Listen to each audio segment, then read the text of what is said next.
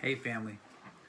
You know, being faithful has something to be said for itself. I mean, when you're faithful, God rewards you, God blesses you, especially when it comes to your calling. When God calls you to do something, even though situations and circumstances might not be perfect, when He's called you to do something, you're faithful in what you're doing, He's going to see you through what He's calling you to do.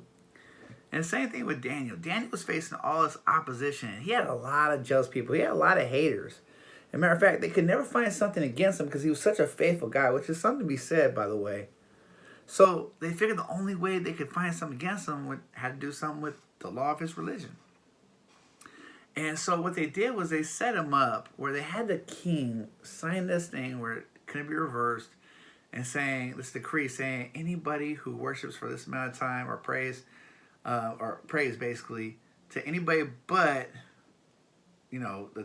or for the king, then that person be executed. And for Daniel, he prayed 3 times a day to God. I mean, he prayed religiously, no matter what. He was praying every single day. And so one day they probably looking through his window or something, and they saw him praying. And so they went and told the king, and they set him up. And so now the king, he liked Daniel, had to punish him because he couldn't get past his decree, because that was the way of the Persians.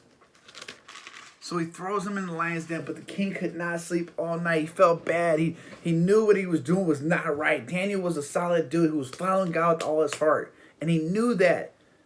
But he couldn't get past his own decree. And then the next morning, he couldn't sleep. He couldn't eat. He ran as fast as he could to the lion's den. He opened up. He's Daniel, Daniel, Daniel. To hear, oh, live forever, king. And then we see what happened. It says in Daniel chapter 6, verse 19.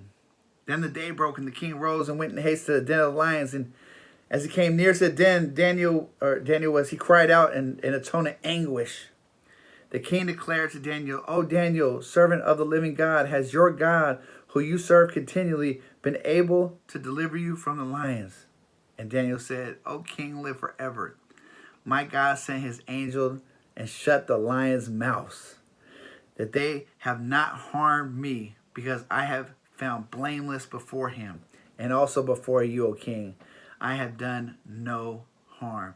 The king was so glad that he took care of anybody who was hating on him. He was ready. But he started praising God. Now, I don't know if he fully, looked at God as the one and only God, because they lived in a society where there were so many gods. But the point was, Daniel was faithful. And God had called him to do something. You see, Daniel had served many kings. And even though they weren't Jewish kings, he was being faithful to what God had called him to do, and serving kings in the process. As he was interpreting dreams, he's making prophecies. Things are happening. God's using him in the midst of this captivity. And because he was faithful, God took care of him and saw him through some of the hardest times and some of the worst conditions that anybody has ever been through. So in your life, no matter what you're going through, no matter how bad it is, stay faithful, especially when it's what God calls you to do. Because you know the old saying, if he called you to it, he'll see you through it. All right, family, you guys have a blessed day.